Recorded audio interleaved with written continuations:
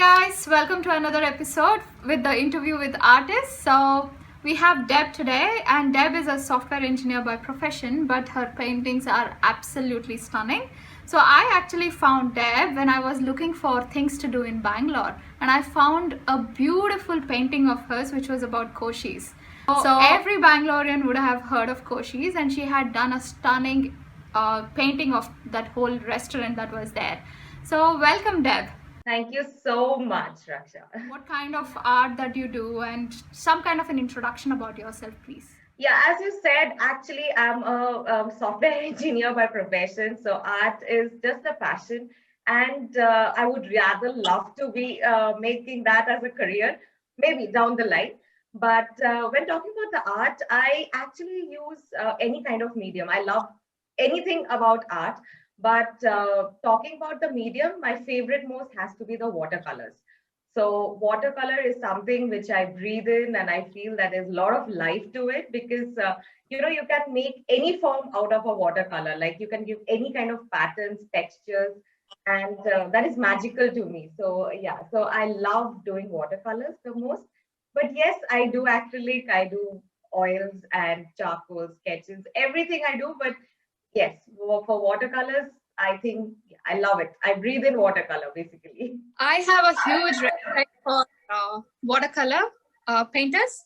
That's because I struggle with watercolors, and that water just doesn't listen to me at all when I'm painting. I think you just have to love the watercolors, and you just have to mend it, and you have to over the time it will. With me, I can only do one thing with watercolor: put the watercolor in my hands and put it on the paper. That's all. Yeah, let's break the ice, and we'll ask you an icebreaker question. Since we were talking about we woke you up in the mornings, are you a coffee person or a tea person? Absolutely a tea person. I want my chai at any point of time. I don't hate coffee, but then I am absolutely a chai person. I guess my after drinking a chai, a lot of things opens up for me. To our next part of this section, which is the art related questions. So you mentioned that I need to keep trying for watercolors so that someday the watercolors actually listen to me and I can actually paint. Going back to that, so do you have any tips which you can give to the new artist which says that how can they grow as an artist? One thing most importantly is practice. Like nothing like practice. Like even if it is for 5 minutes, if you're not getting time for yourself, 10 minutes, 15 minutes every day, you have to do it because nothing helps like practice. So every day you have to keep in touch on and off. And I think the most important thing is you can get inspired from anybody's art, but don't get like, don't copy it because then you don't have any originality of your own. Because art is something which has its beauty of its own. Like you don't have to be like the best, you don't have to copy the best, but your originality is something which makes it best and uniqueness. So you do it, you give your own touch, and that would be beautiful. And so you don't have to you see a beautiful artist work and you say, I have to make an exact copy of that. What I see a lot on the social media these days, just to make it perfect. But I think it's that imperfectness which makes it beautiful of the art. And of course, the practice. And thirdly, I think tools what we use for the art, that makes a lot of difference in the art. Very small things like the kind of paper you're using, the kind of paint and the pigmentation, these small things, once you start doing it, you realize that these makes a lot of difference, which we don't realize initially. But yeah, I think these things. So I mean, slowly you can enhance your tools, but yeah, better to use the tools, brushes.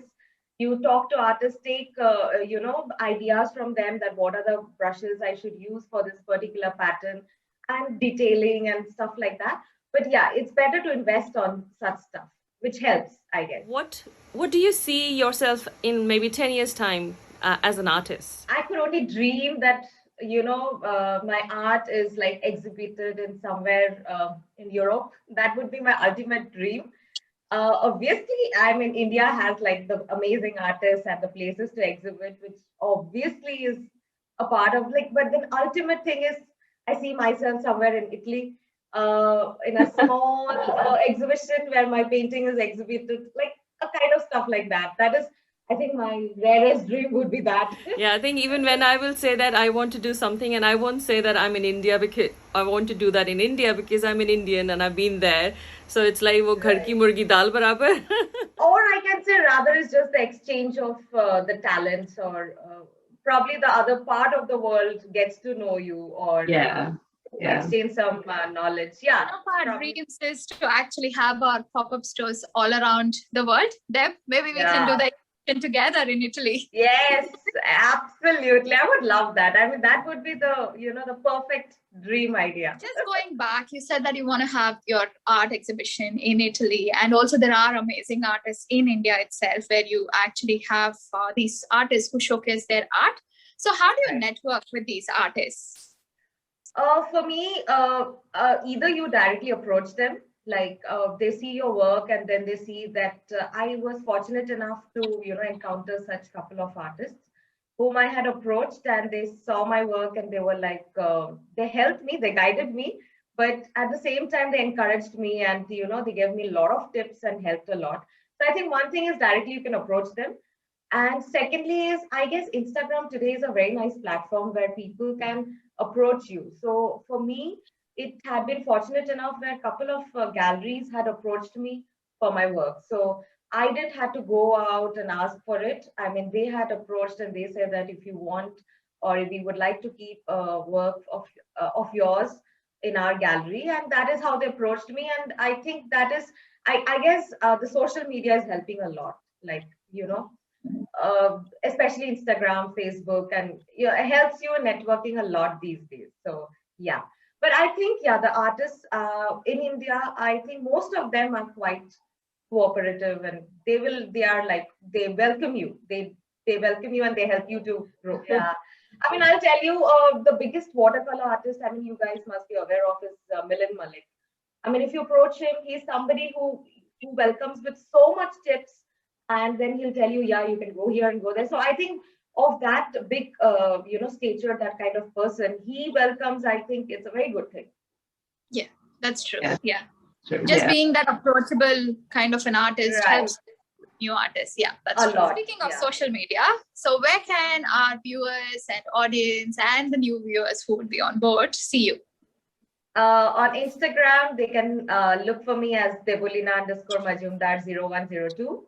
And on Facebook, there is a page by name Debulina Majumdar, where I on and off put my paintings, tips, and stuff like that. You can find me there. Debulina Majumdar. Same here. Yeah. It was my pleasure. Thank you so much. Thank you. It was so nice to have you.